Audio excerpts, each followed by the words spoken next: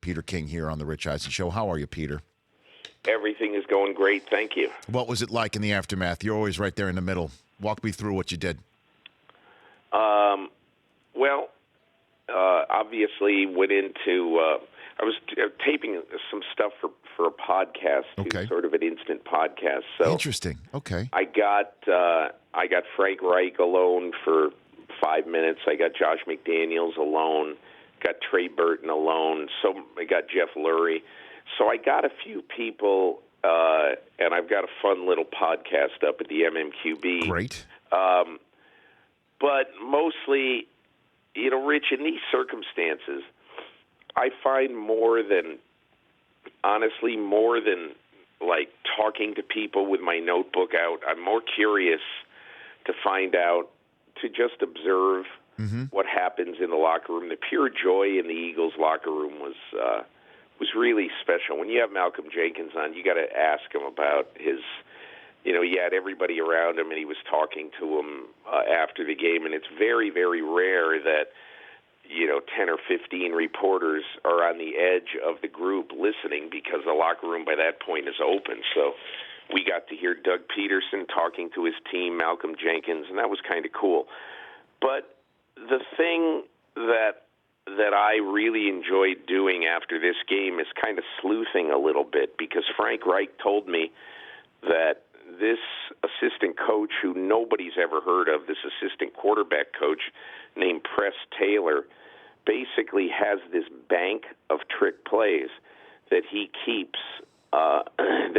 track of, that he has an extensive file of. And so Press Taylor basically, in the Minnesota-Chicago game, one of the Minnesota-Chicago games in 2015, basically saw this play that was the play of the Super Bowl, the Trey Burton pass to Nick Foles.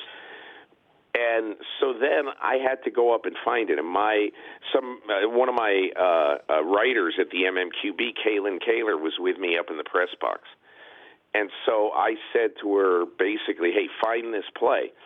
So she actually found it on NFL Game Pass, Week 17, 2015. Clay Meredith basically, takes the pitch in the Bears' backfield, and Matt Barkley runs exactly the route that Nick Foles ran.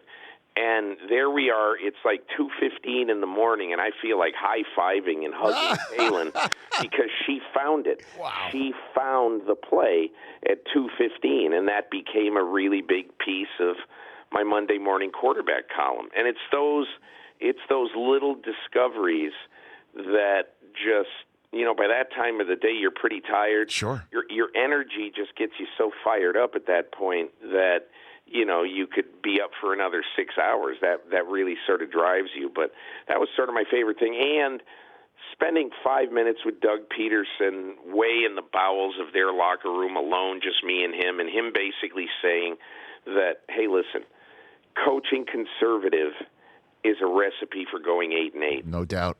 I And saw that so quote. it was a fun locker room. I saw that, Peter.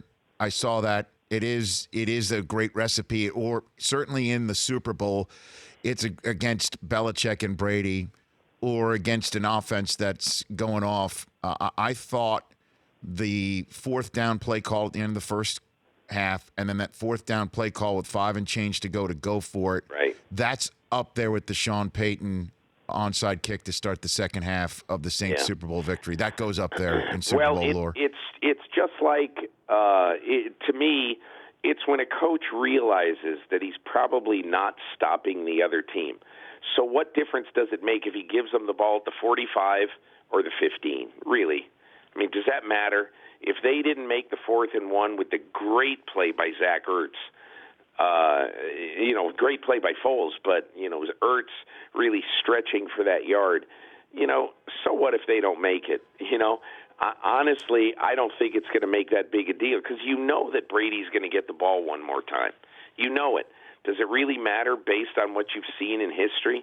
I got to tell you, it was so interesting to be in the locker room The respect and the awe for Tom Brady, your friend, your Michigan man, your Wolverine, the respect and awe for Tom Brady was just like, it was totally off the charts. Like Trey Burton just is like shaking his head, and I mean everybody was. It was, so I mean if they didn't create the turnover, honestly, if Brandon Graham doesn't make that play, I mean, Rich, could you imagine the Patriots going down to score, and somehow, some way, them basically, let's say it would have been, 40-38. Could you imagine if Foles leads them on a drive and Jake Elliott kicks a 49-yard field goal to win, and it's 41-40? I mean, how great would that have been? I mean, this was one of the great games. Every time you think that you're sticking a fork in football and nobody loves it anymore and the ratings are down and all this, I just, I was in awe of that game. It was such great theater. Well, when it was 32-26, Peter, Brockman and I, we were watching the game. Steve Young sitting right next to us. And I'll say this, I don't care. Steve Young looks at us and he says, give us the final score of the game right now. We all looked at each other. We said 40-39 Patriots. Yeah. That's what we said. I mean, because that's the way these things have always played out in a way, too. And in this respect, though, Peter King, the MMQB, joining us here. When you're a coach, as you say, you're seeing that you're having trouble stopping the other team, you do something about whatever you can. You got to pull out all the stops. Yeah. And how about inserting the cornerback that sealed Super Bowl 49? How about that if you're having trouble stopping the other team? Why was Malcolm Butler sitting from start to finish? I don't know. I hope Peter? you get the answer from Tom Curran, because I don't know. I've listened to Ian Rappaport, who had a very good theory that there was multiple things. I've listened to Mike Reese on it, and I can't really add much to what they're saying. But there was something. Rich, I think the shocking thing to me, not surprising, the shocking thing is, the Patriots only have 45 guys dressed for the game. And I say 45 because – and it's not that I don't count Brian Hoyer, but he's not playing, okay? So I'm saying they have 45 guys in the game. Now, I assume that Bill Belichick knew, unless one of his DBs was knocked out of the game, somehow and just simply could not play anymore, that he was not playing Malcolm Butler in the regular defense. My question is, are you telling me that one of your 7 inactives that day, one of them, any one of them, you're telling me that guy couldn't have helped you in this game? I'm just shocked that Bill Belichick wasted a roster spot with Malcolm Butler. Yeah, and we were talking in the first hour, too, is that it just seems crazy to question any coaching decision Bill Belichick makes, right, Peter? I mean... It is, but Rich, think of this. I'm writing this for tomorrow. Okay. Just imagine if the Russell Wilson pass that Malcolm Butler intercepts at the goal line, just imagine if that pass was complete and it was a touchdown. We talking about the timeouts? Just imagine how much crap Bill Belichick would be taking the rest of his life for giving up 45 seconds and handing the ball to Tom Brady at the 25 with 19 seconds to go instead of with, say, 59 seconds to go, or whatever it would have been. I mean, he would have gotten crap for that. He still would be taking it. So I'm not saying he got lucky. I'm saying it turned out to be a great call. But, I think that if that didn't happen, just imagine that instead of going for a third Super Bowl win in 4 years, they'd be going for back-to-back wins, and they get their clocks cleaned and give up 538 yards, and everybody would be saying, what genius?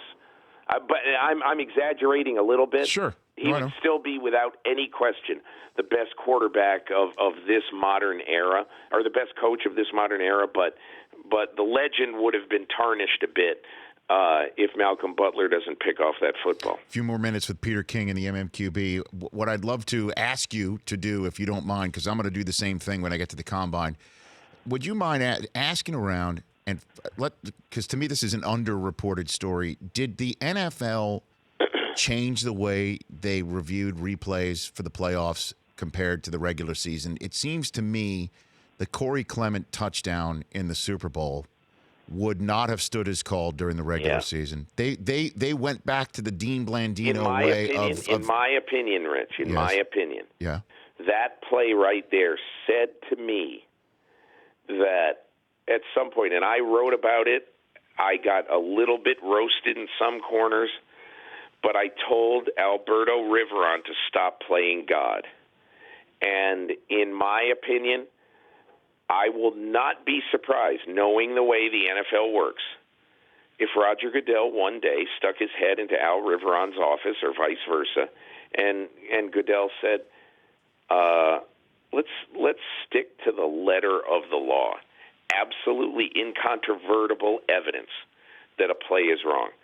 I would think the one that's the worst one to me all year is Kelvin Benjamin, Buffalo at New England. That is an inexcusable replay overturn. Correct. That is an inexcusable, horrendous overturn. And that's why I'm saying that if that was an overturn, then Clement would have been an overturn on that day, but it wasn't in the playoffs. I think that they decided to say the Blandino way of let's go stand as called incontrovertible evidence for the playoffs. That's what we're doing. I would agree totally. Right? I think whether something happened, which I think it did, but I can't prove it. I don't know it. But that Corey Clement play, I think on November 15th would have been ruled incomplete. 1,000%. I'm with you. Last question for you is the poll question. Ask it of him, Chris Brockman, Peter King here on the Rich Eisen Show. Peter, which quarterback do you want for the long term? Kirk Cousins, Nick Foles, Drew Brees, Sam Bradford, Case Keenum, or one of the rookies coming in? All free agents with the exception of Foles, Peter. We're assuming Cousins will be free. Well, I need to ask this question first. Sure. I'll take Foles with this coaching staff, but I think Foles is like all quarterbacks, or the vast majority of them. I think they need to be coached and coach well, and I think the play calling. Look, I mean, Frank Reich drew it up. Doug Peterson quasi drew it up, but he called it, and they coached him well with John DeFilippo. That is a great, not a good, but a great offensive coaching staff. So, look, I don't know anything about these draft guys. I don't know. I really like Baker Mayfield, but that's just from watching him a few times on TV. Mm-hmm. I'm going to say Foles, but it's got to be with a gigantic asterisk. And what do you think they're going to do with him? First blush, Peter. I think they're going to keep him for a year, and then the following year, either let him go in free agency or franchise tag him and then try to trade him. Just my gut feeling. I don't know how, if you're the Philadelphia Eagles and you have a doctor who says that it's 9 to 12 months with Carson Wentz, and 9 months is 5 days after the opener of the 2018 season, how do you trade Nick Foles? How do you trade Nick Foles and play Chase Daniel maybe the first 6 weeks of the season? Or pick a guy. I don't know. I think it's dumb. It defeats the purpose. Not all the purpose, obviously, but it defeats the purpose of trading for him in the first place. I absolutely, unequivocally would not trade him unless on, April 1st or whatever it is, unless your doctors come to you and say, I'll put my reputation on the line. Carson Wentz will be ready on September 9th or whatever day it is. Peter, great chat as always. We'll chat down the line. Thanks All the again. best, Rich. Great job. Great season. Another great season, Peter King. Peter King here on The Rich Eisen Show. The Rich Eisen Show, weekdays at noon Eastern on Audience.